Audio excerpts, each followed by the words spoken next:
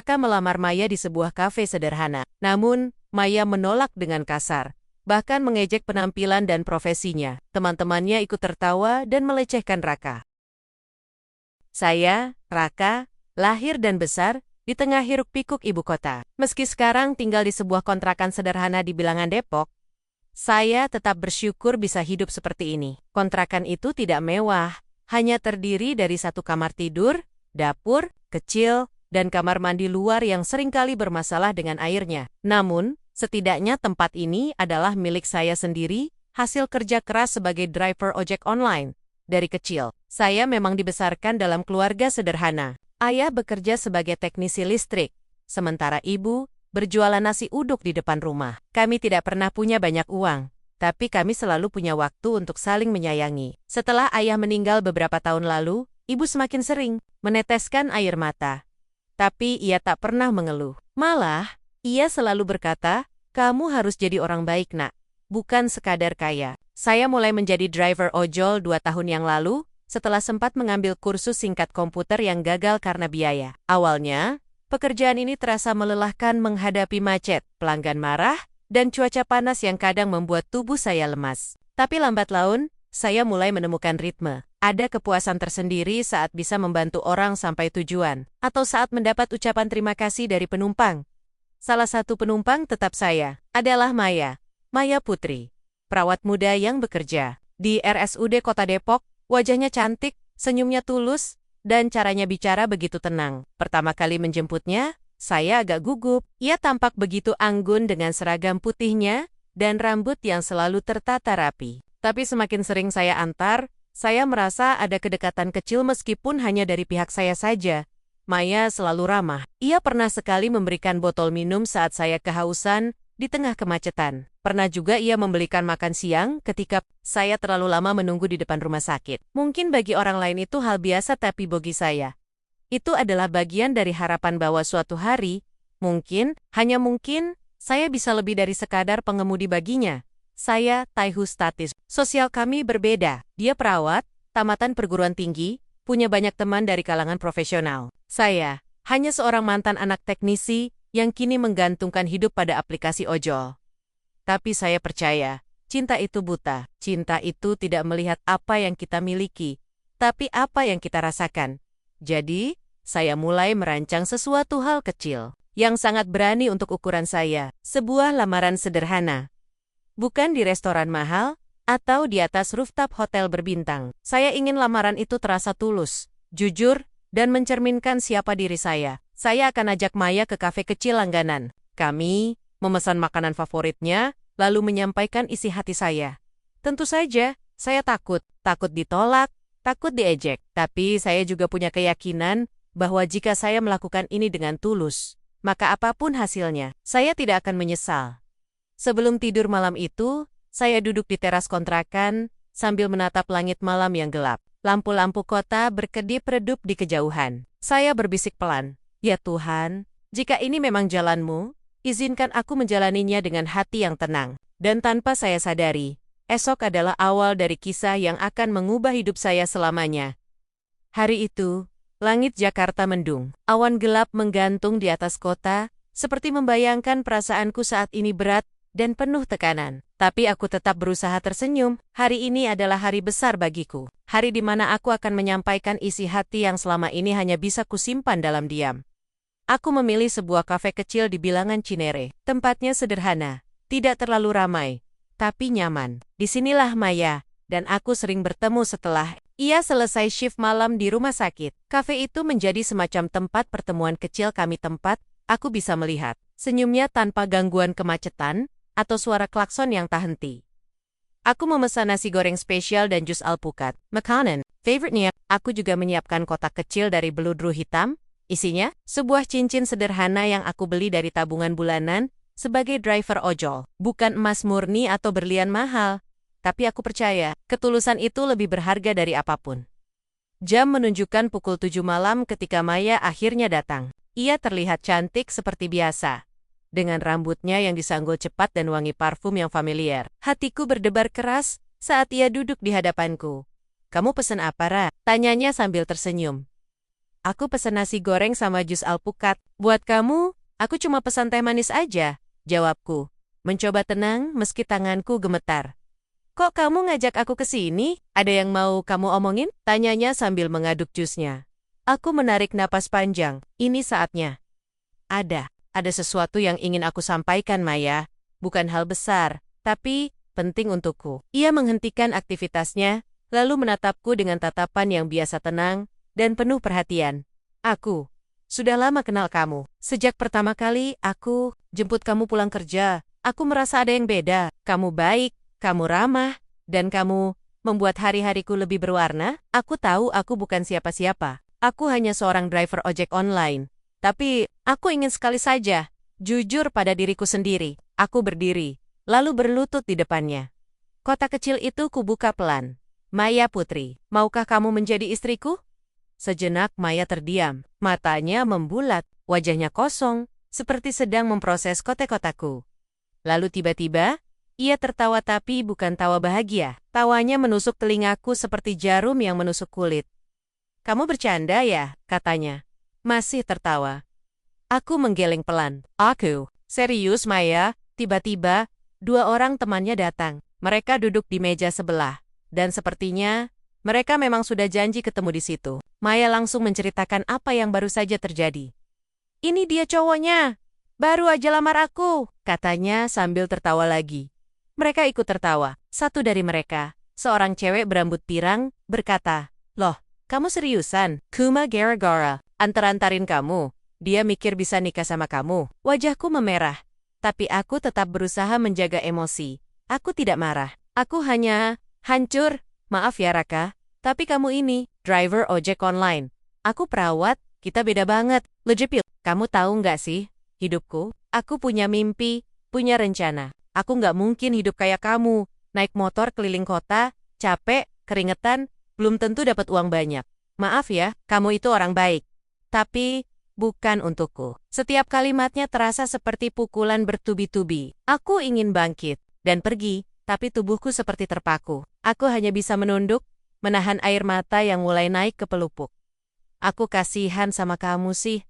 Tapi jujur, kamu kurang realistis. Jangan mimpi di luar kapasitasmu, tambah temannya lagi. Aku akhirnya bangkit, lalu menutup kotak cincin itu. Yah, maafin aku udah merepotkan. Terima kasih sudah mau datang. Aku meninggalkan uang untuk pembayaran makanan, lalu keluar dari kafe itu tanpa menoleh ke belakang. Di luar, hujan mulai turun. Air hujan bercampur dengan air mataku, yang akhirnya jatuh. Aku berjalan menuju motorku, duduk termenung di bawah guyuran hujan. Saat itulah, aku melihat seorang pria berjas hitam berdiri di pinggir trotoar, memperhatikanku. Aku tidak mengenalnya, tapi ia memberiku sebuah pandangan aneh, seperti tahu apa yang baru saja terjadi. Aku tidak peduli lagi. Aku hanya ingin pulang, dan menyembunyikan luka ini. Hujan masih turun deras saat aku tiba di kontrakan. Pakaianku basah kuyup, tubuhku menggigil. Tapi itu semua tidak seberapa dibandingkan rasa sakit yang terus menyeret jiwaku ke dasar jurang. Aku duduk di kasur tipis yang biasa menemani malam-malam. Sun memandangi lenggit-lenggit retak di atas sambil mencoba menahan air mata yang tak kunjung berhenti. Aku tahu ini akan sulit. Aku tahu kemungkinan besar dia akan menolak, tapi aku tidak menyangka penolakannya bisa sedekat ini dengan penghinaan. Aku bukan hanya ditolak, aku dilecehkan, dihancurkan secara perlahan, satu kalimat demi satu kalimat. Aku merogoh saku jaket dan mengeluarkan kotak bludru hitam itu. Masih utuh. Cincin sederhana yang kupersiapkan penuh harapan, kini terasa begitu berat di tangan. Aku membuka tutupnya, memandangi cincin itu dalam diam.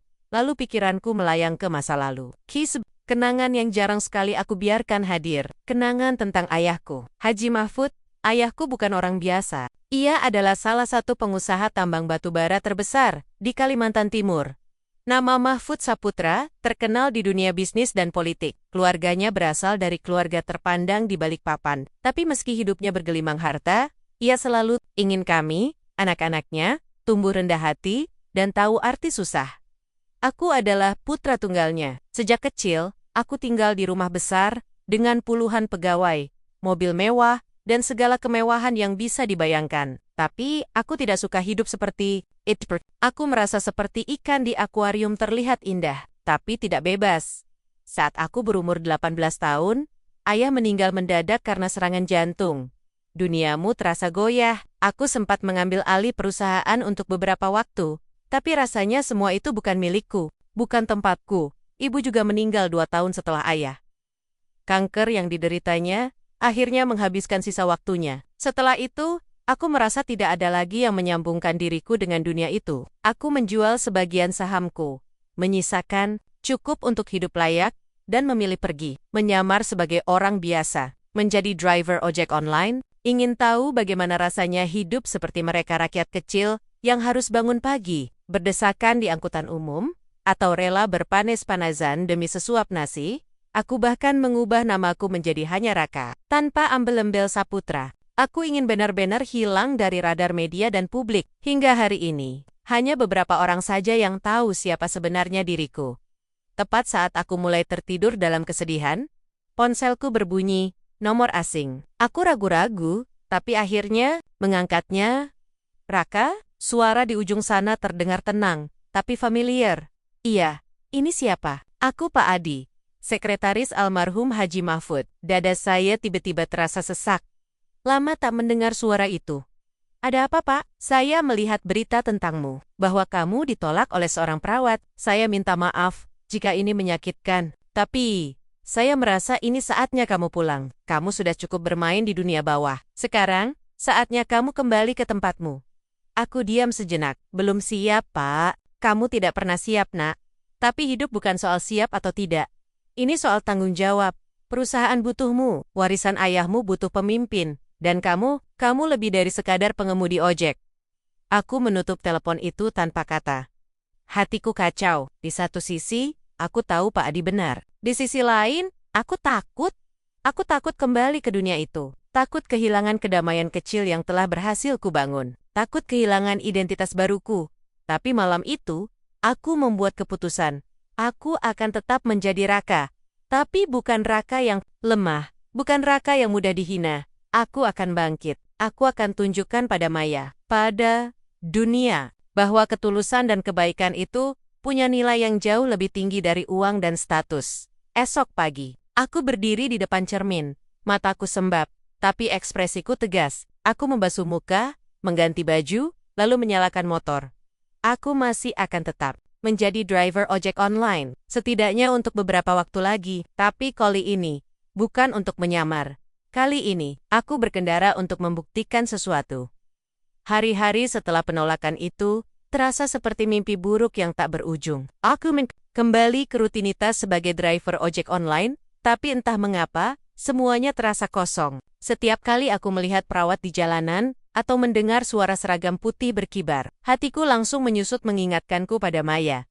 Aku masih sering lewat di depan rumah sakit, tempatnya bekerja. Tapi sejak lamaran gagal itu, ia tidak pernah memesanku lagi. Aku memeriksa aplikasi, dan benar saja Maya sudah menonaktifkan akunnya sementara waktu. Atau mungkin ia hanya ingin benar-benar menghindariku. Tapi hidup harus terus berjalan. Aku tetap menjemput penumpang, tetap tersenyum meski dalam diam, dan tetap berusaha menjadi pribadi yang lebih kuat. Sampai suatu hari, aku mendengar kabar dari seorang rekan sesama driver tentang apa yang terjadi pada Maya. Kamu tahu? Katanya, si Maya ketipu sama pacarnya. Kata Dedi, teman kerja yang biasa nongkrong bareng di bawah pohon saat istirahat. Aku menoleh cepat. Pacarnya? Iya, dia baru aja kenal si Ardi itu, katanya polisi. Tampan, mapan, baik. Ternyata polisi abal-abal, kabur bawa duitnya. Aku terdiam. Jantungku berdebar keras. Ada rasa syukur campur sedih. Syukur karena akhirnya Maya tahu, rasanya ditipu dan dipermalukan. Sedih karena aku tahu. Bagaimanapun juga, dia pasti sedang hancur. Beberapa minggu kemudian, aku melihatnya lagi. Di halte bus dekat stasiun Depok Lama, ia duduk sendiri, dengan wajah murung dan mata sembab. Seragam putihnya masih utuh, tapi rambutnya tidak sebersih biasanya. Ia tampak rapuh. Aku hampir saja berhenti dan menyapanya.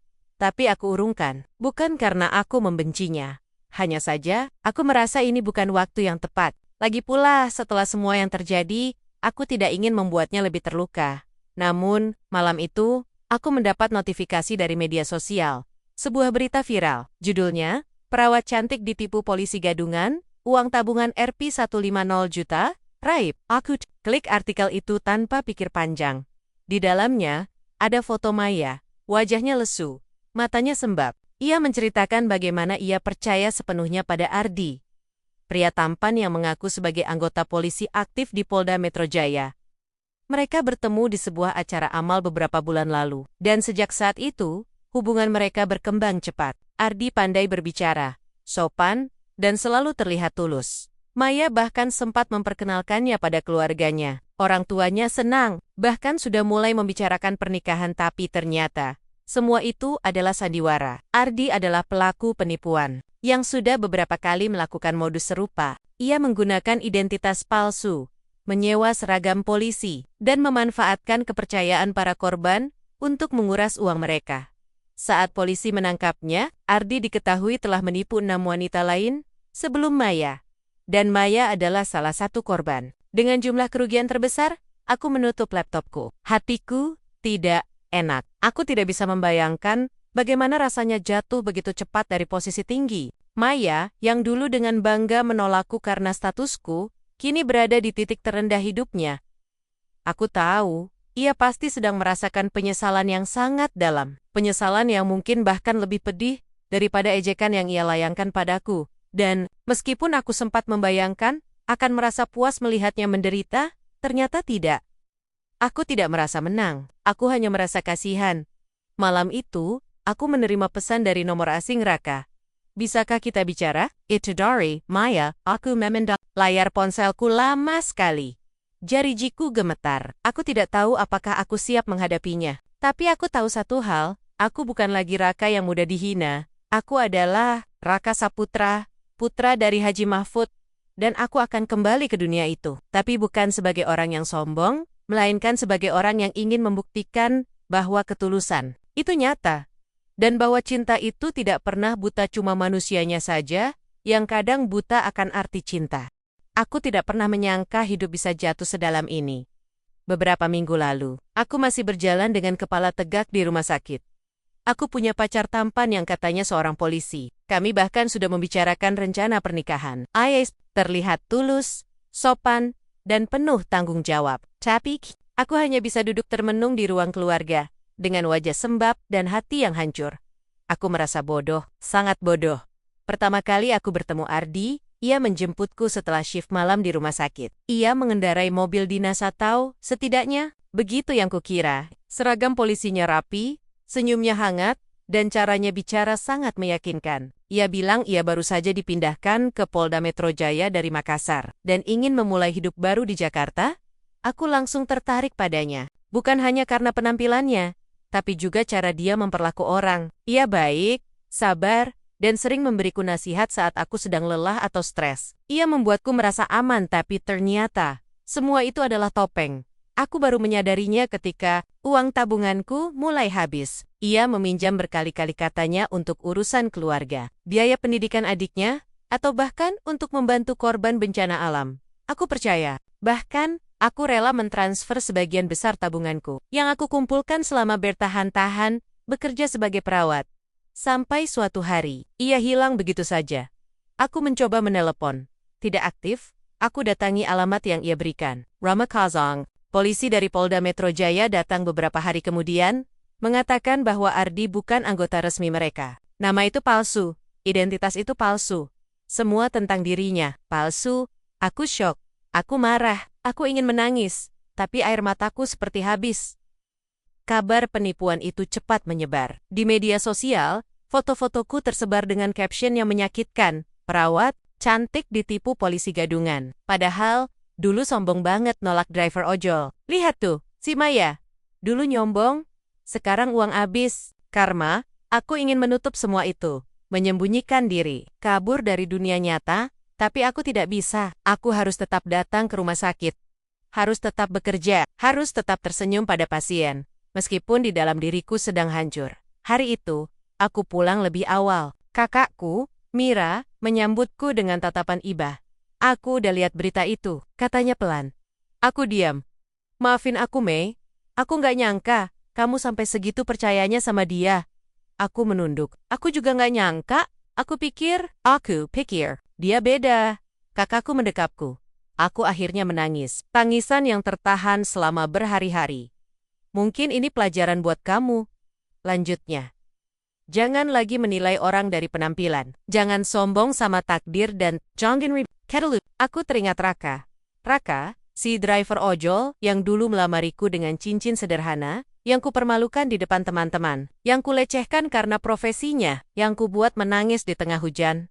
Dan kini, aku yang berada di posisi itu. Dihina, diremehkan, diabaikan. Beberapa hari setelah itu, aku mencoba menghubungi Raka. Aku mencari nomornya. Susah payah, akhirnya aku menemukan akun media sosial lamanya. Aku kirim pesan Raka. Bisakah kita bicara? Aku menunggu. Lama, tapi tidak ada balasan. Aku coba lagi. Aku minta maaf. Aku tahu aku salah. Aku cuma pengen jelasin sesuatu. Masa? Tidak ada jawaban. Aku tahu. Aku tidak pantas mendapatkannya. Tapi aku hanya ingin sekali saja melihat matanya. Mendengar suaranya. Memohon maaf secara langsung. Malam itu, aku duduk di balkon rumah. Menatap langit gelap. Kota Jakarta bersinar seperti biasa. Tapi bagiku, semuanya terasa redup. Aku ingat kata-kata Raka saat ia melamarku. Aku tahu aku bukan siapa-siapa. Aku hanya seorang driver ojek online. Tapi, aku ingin sekali saja jujur pada diriku sendiri. Aku yang ingin jujur pada diriku sendiri. Aku salah. Aku benar-benar salah. Dan aku tidak tahu, apakah masih ada waktu untuk memperbaiki kesalahan ini. Aku tidak pernah menyangka akan membuka aplikasi berita pagi itu dan melihat wajah yang sangat familiar di halaman utama. Pewaris Kerajaan Batubara Saputra muncul setelah 2 tahun hilang. Ternyata selama ini hidup sebagai driver ojol. Aku mengucek mataku. Tak percaya. Foto di berita itu jelas Raka. Tapi bukan Raka yang dulu kuhina dengan pakaian lusuh dan jaket usang. Di foto itu, ia terlihat rapi dalam setelan jas biru gelap. Rambutnya tertata rapi, senyumnya tenang. Ia sedang memberikan sambutan di sebuah acara amal besar. Namaku langsung terseret ke dalam pemberitaan tersebut. Judul tambahan muncul. Maya Putri, perawat cantik yang pernah menolak lamarannya, kini jadi sorotan publik. Aku membalik layar ponselku dengan tangan gemetar. Ada video pendek yang ikut dilampirkan. Di dalamnya, Raka sedang diwawancarai oleh seorang jurnalis televisi. Saya tidak menyembunyikan diri. Saya hanya ingin hidup seperti orang biasa. Saya ingin merasakan apa yang dirasakan mereka, kesulitan, kelelahan, bahkan penghinaan. Itu semua membuat saya lebih manusiawi.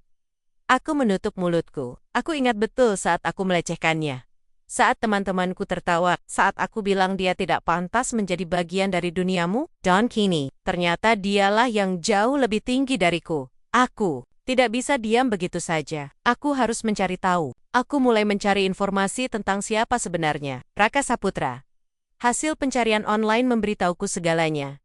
Ia adalah putra tunggal almarhum Haji Mahfud Saputra, salah satu pengusaha batubara terbesar di Indonesia. Ayahnya memiliki 3 tambang besar di Kalimantan Timur, dan perusahaan keluarga masih aktif hingga hari ini. Raka pernah menghilang dari publik 2 tahun lalu, tepat ketika ia mulai menjadi driver ojek online. Tidak ada yang tahu kemana perginya pewaris kerajaan bisnis. Keluarga besar Saputra sempat mengadakan konferensi pers untuk mencarinya. Tapi ternyata, selama ini ia hidup di tengga-tengga kami rakyat kecil.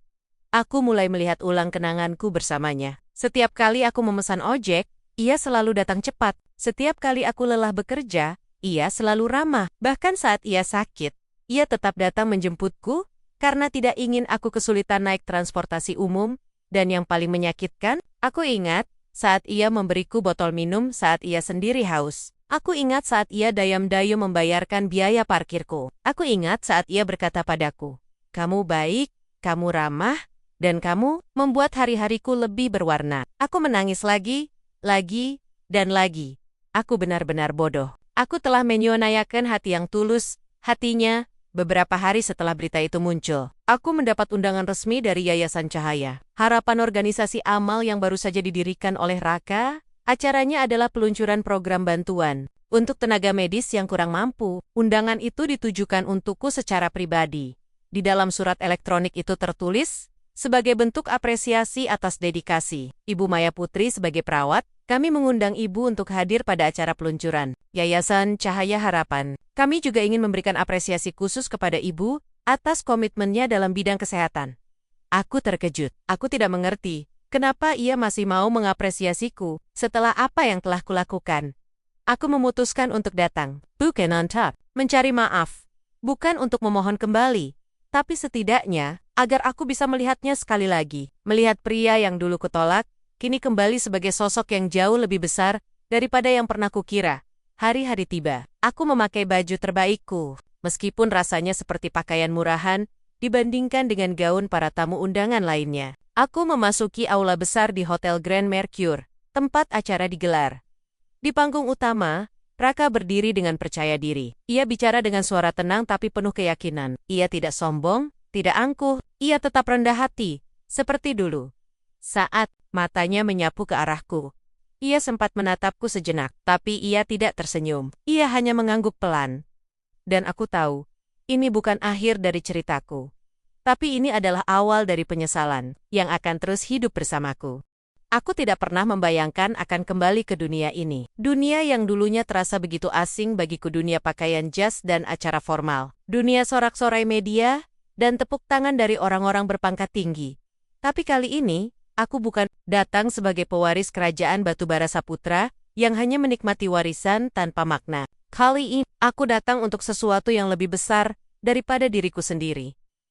Yayasan Cahaya Harapan adalah impian yang sudah lama ingin aku wujudkan. Ide awalnya muncul saat aku masih menjadi driver ojol, melihat betapa sulitnya hidup para tenaga medis, guru, hingga pekerja sosial di bawah. Mereka bekerja keras, kadang bahkan dengan gaji tak layak, tapi mereka adalah tulang punggung bangsa. Jadi, setelah identitasku terbongkar, dan aku memutuskan untuk kembali mengambil alih perusahaan keluarga, langkah pertamaku adalah mendirikan yayasan ini. Bukan sekadar amal biasa, tapi program nyata yang memberikan beasiswa, fasilitas kesehatan gratis, serta pendampingan mental bagi para pejuang garis depan. Dan hari ini adalah peluncuran resminya.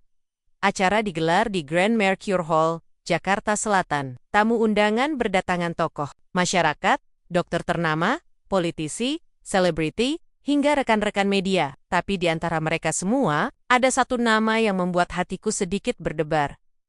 Maya Putri, ia hadir. Aku melihatnya dari kejauhan. Ia tampak cantik seperti biasa, tapi matanya berkaca-kaca. Aku bisa membaca penyesalan dalam tatapannya. Aku bisa merasakan getaran rasa bersalah yang ia bawa sejak lama. Tapi aku tidak marah lagi.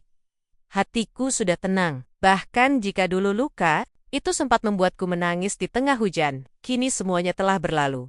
Saatnya naik ke panggung. Aku menyapa tamu undangan dengan senyuman yang tulus. Aku menjelaskan visi yayasan ini, tujuan kami, dan harapan untuk masa depan. Aku juga menyampaikan bahwa salah satu bentuk apresiasi yayasan adalah memberikan penghargaan kepada beberapa individu yang telah berdedikasi tinggi, meski dengan kondisi ekonomi yang kurang mendukung. Di antara daftar nama yang dipanggil, ada satu yang membuat seluruh aula terdiam sejenak. Maya Putri. Aku melihat Maya terkejut. Sorot matanya campur aduk malu, takut, dan mungkin harapan. Ia Moju Pelen, langkahnya gemetar. Saat ia sampai di depanku, ia menunduk. Aku tersenyum tipis. Silakan lihat ke depan, bisikku. Ia mengangkat wajahnya. Mata kami bertemu. Di balik penyesalan, ia menangis diam-diam. Aku menyerahkan plakat emas penghargaan itu sambil berkata dengan suara cukup keras agar audiens mendengar. Terima kasih atas dedikasimu, Maya. Kamu tetap perawat hebat. Hidup memang seringkali mengajarkan kita hal-hal yang tidak kita inginkan, tapi percayalah, kamu bisa bangkit. Saya percaya padamu. Aplaus pun meledak. Maya mencoba mengucapkan terima kasih, tapi suaranya pecah. Ia buru-buru turun dari panggung, meninggalkanku dengan rasa lega yang tak tergambarkan. Setelah acara selesai, aku disambut oleh banyak orang. Ada yang ingin foto, ada yang ingin diskusi kerjasama, ada juga yang hanya ingin menyampaikan ucapan terima kasih. Tapi di tengah hiruk pikuk itu, sebuah suara lembut menyapaku. Selamat ya, Kak Raka. Aku menoleh. Seorang perempuan berambut hitam panjang tersenyum ramah. Wajahnya familiar, Oh, Sinta, ini pertama kalinya aku lihat kamu pakai baju rapi begini, candaku. Ia tertawa ringan. Biasanya kan aku di rumah sakit, jadi seragam putih doang. Hari ini istimewa. Sinta adalah seorang perawat dari RSUD Kota Depok juga. Bedanya, ia selalu baik padaku. Pernah suatu kali ia memberiku obat saat aku sakit. Dan bahkan pernah menemani ibuku saat beliau kontrol ke rumah sakit. Ia rendah hati, penuh empati, dan punya jiwa sosial yang tinggi. Kami mulai sering ngobrol akhir-akhir ini. Entah kenapa, kedekatan kami terasa alami. Seperti dua jiwa yang saling mengenal sebelumnya. Kamu tahu, aku salut sama kamu, katanya. Kamu memaafkan orang yang pernah menyakitimu. Itu bukan hal mudah. Aku tersenyum. Memang tidak mudah. Tapi maaf bukan berarti melupakan. Maaf adalah cara untuk melepaskan beban yang tidak perlu dibawa. Seumur hidup, Sinta mengangguk. Aku senang kamu kembali, bukan hanya karena kamu berhasil, tapi karena kamu tetap menjadi orang yang baik. Aku menatap matanya. Kali ini, aku tidak ragu. Mungkin, aku bisa memulai sesuatu yang baru. Bersamamu. Ia tersenyum. Senyum yang membuat hatiku hangat. Dan untuk pertama kalinya, aku yakin, aku tidak perlu lagi mencari cinta di tempat yang salah. Cinta yang benar sudah ada di depanku. Aku tidak bisa tidur semalaman. Setelah acara peluncuran Yayasan Cahaya Harapan, aku pulang dengan hati yang bergejolak. Aku masih merasakan rasa malu yang mendalam, tapi kali ini, bukan karena diejek atau dihina oleh orang lain, melainkan karena aku sendiri yang menyalahkan diriku. Raka telah memaafkanku di hadapan banyak orang, dengan penuh kebijaksanaan dan kepribadian yang luar biasa. Tapi aku tahu, itu tidak cukup bagiku. Aku butuh lebih dari sekadar kata-kata penghargaan di atas panggung. Aku butuh bicara dengannya secara langsung.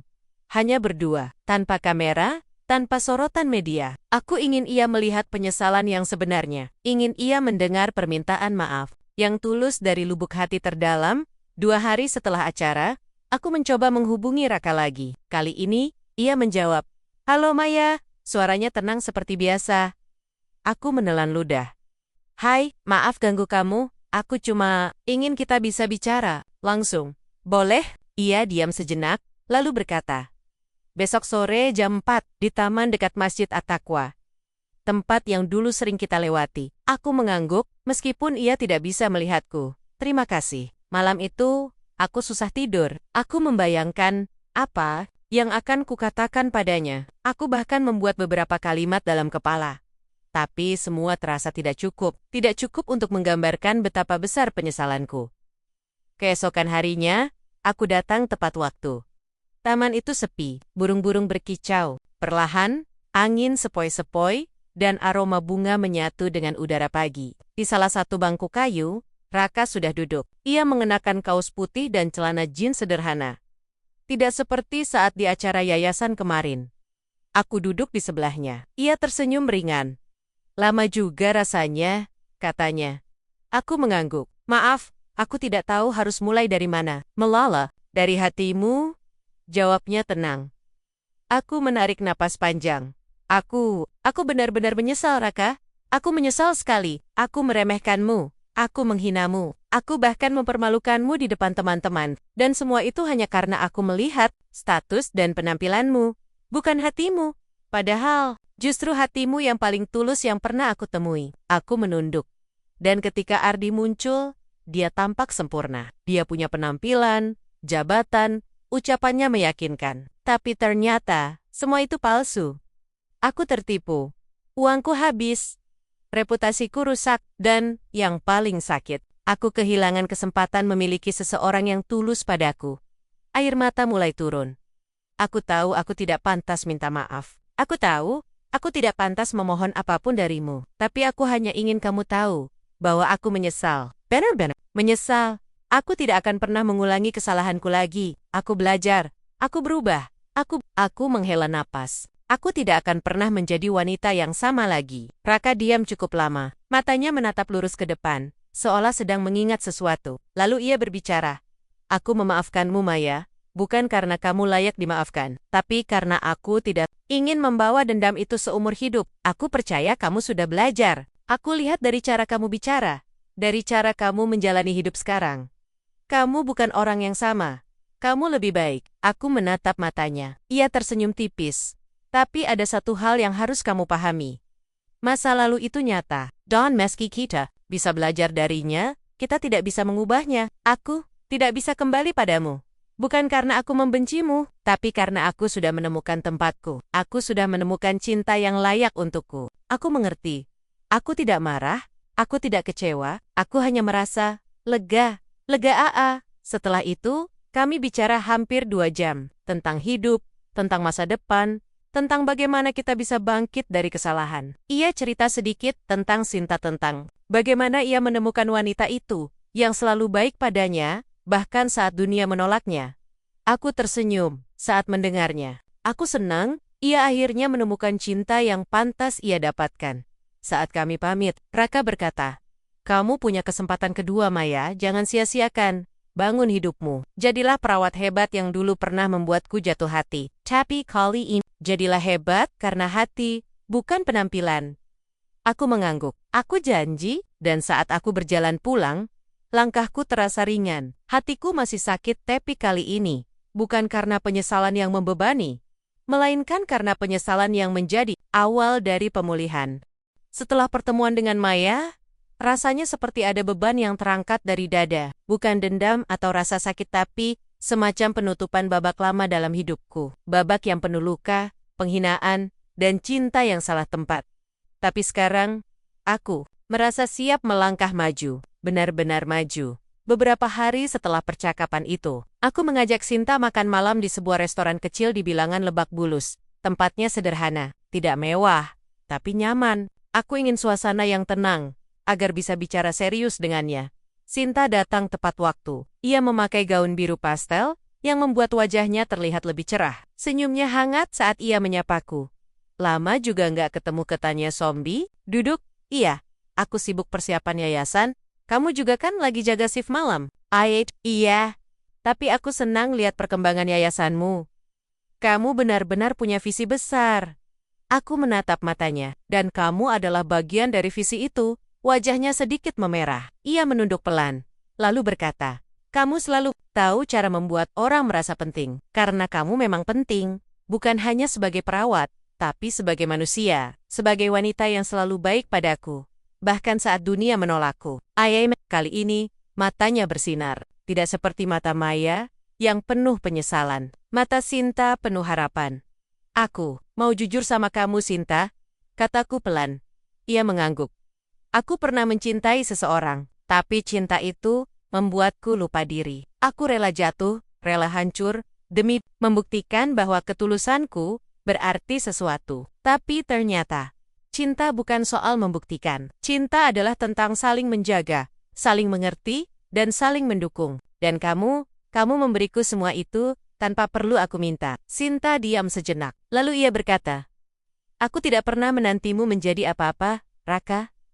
Aku suka kamu karena kamu, bukan karena uangmu, bukan karena jabatanmu. Aku suka caramu melihat dunia, baik saat kamu jadi driver ojek online, maupun sekarang sebagai putra pengusaha besar." Aku tersenyum. "Kalau begitu, izinkan aku melangkah bersamamu. Bukan sebagai Raka Saputra pewaris tambang, tapi sebagai Raka, lelaki biasa yang akhirnya menemukan cinta yang benar." Ia meneteskan air mata, tapi bukan air mata kesedihan. "Ini air mata kebahagiaan." "Ya," bisiknya, "aku akan selalu ada di sampingmu." Sejak malam itu, kami resmi menjalin hubungan. Hubungan yang tenang, tulus, dan penuh makna. Kami tidak buru-buru. Kami tidak ingin mengulangi kesalahan masa lalu. Kami ingin membangun fondasi yang kuat. Langkah demi langkah. Aku mulai sering mengajaknya ke kantor yayasan. Ia membantu dalam program bantuan medis untuk masyarakat kurang mampu. Ia juga aktif dalam pelatihan mental bagi tenaga medis yang mengalami tekanan pekerjaan. "Kamu cocok banget kerja di yayasan ini," kataku suatu hari. Ia tertawa, "Karena aku memang lahir untuk peduli ke Raka." Beberapa bulan berlalu. Yayasan Cahaya Harapan semakin berkembang. Program kami diterima dengan baik oleh masyarakat. Banyak tenaga medis yang terbantu. Banyak pasien yang bisa terlayani dengan baik. Di tengah kesibukan itu, aku mulai membayangkan masa depanku bersama Sinta. Rumah kecil di pinggir kota, anak-anak yang ceria, hari-hari yang damai. Aku tahu, kali ini, Aku tidak akan melewatkan cinta yang benar. Kali ini, aku tidak akan jatuh lagi. Karena cinta yang sebenarnya sudah ada di genggamanku. Hari ini adalah hari terindah dalam hidupku. Bukan karena kemewahan. Bukan karena sorotan media atau pujian orang banyak, tapi karena kejujuran. Karena cinta yang tumbuh dari kesederhanaan, ketulusan, dan pengertian, aku berdiri di pelataran rumah sederhana kami, di kawasan Sentul, Bogor. Rumah yang tidak besar, tapi cukup untuk menampung semua kenangan yang akan kita ciptakan bersama. Di halaman depan, bunga-bunga sedang bermekaran. Angin sepoi-sepoi membawa aroma tanah basah setelah hujan pagi tadi. Sinta memasuki halaman dengan gaun putih sederhana. Tidak ada kemewahan berlebihan, hanya renda tipis, manik-manik kecil, dan kerudung lembut yang melingkar di kepalanya. Ia tampak begitu cantik, matanya berbinar, senyumnya tulus. Aku menghela napas. Hatiku berdebar seperti saat pertama kali aku melamar Maya dulu. Bedanya, kali ini aku yakin. Aku tidak ragu. Aku tahu, inilah tempatku. Acara pernikahan kami digelar secara sederhana. Tidak banyak tamu, hanya keluarga kecil kami, beberapa sahabat, dan rekan-rekan dari yayasan. Tapi meski sederhana, nuansa haru dan bahagia begitu terasa di tengah prosesi akad nikah. Suara imam berkumandang. Apakah kamu terima menikahi Sinta Maharani sebagai istri dengan mas kawin emas seberat 5 gram? Aku menjawab dengan mantap. Saya terima. Dan saat cincin itu disematkan di jari Sinta, hatiku terasa utuh. Siap. Seluruh perjalanan hidupku dari menjadi driver ojol, dihina, ditolak, sampai menemukan diriku kembali, semua itu hanya persiapan untuk detik ini. Setelah acara, aku melihat Maya hadir. Ia datang sendiri. Dengan senyuman yang tenang, ia tidak mencoba menarik perhatian. Ia hanya menyampaikan ucapan selamat, lalu duduk di pojok aula, menikmati acara dengan sikap rendah hati. Beberapa bulan setelah pertemuan kami di taman, ia mulai bangkit. Ia bergabung sebagai relawan di Yayasan Cahaya Harapan, membantu para pasien dengan jiwa baru, jiwa yang lebih rendah hati, lebih peduli, dan lebih manusiawi. Ia mendekatiku setelah makan siang. Selamat ya, Karaka, katanya dengan mata berkaca-kaca. Kamu pantas bahagia. Aku tersenyum. Terima kasih. Kamu juga sudah berubah. Aku lihat kamu lebih ringan. Langkahmu sekarang, aku masih belajar. Tapi aku percaya, hidupku akan baik-baik saja. Aku menepuk bahunya dengan lembut. Ya, pasti akan baik-baik saja. Malam harinya, aku dan Sinta duduk di teras rumah. Langit malam penuh bintang. Suara jangkrik berpadu dengan angin malam yang sejuk. Ia menoleh padaku. Aku senang, kamu tidak membencinya, katanya pelan. Aku menggeleng. Aku tidak bisa membenci masa lalu. Masa lalu membuatku menjadi diriku sekarang. Tanpa Maya, aku tidak akan pernah sadar betapa pentingnya melihat hati seseorang. Sinta tersenyum. Kamu benar-benar bijak. Aku tertawa kecil. Aku hanya manusia biasa, tapi aku beruntung bisa bertemu denganmu. Ia menautkan tangannya. Dengan tanganku, aku juga bersyukur, karena ternyata cinta yang sebenarnya memang tidak selalu datang dari arah yang kita sangka. Aku menatap matanya, tapi dia selalu datang pada waktu yang tepat. Sebulan setelah pernikahan kami memutuskan untuk tinggal di rumah kecil ini. Kami tetap aktif di yayasan. Program kami semakin berkembang. Kami bekerja sama dengan pemerintah daerah untuk membantu tenaga medis di wilayah pelosok.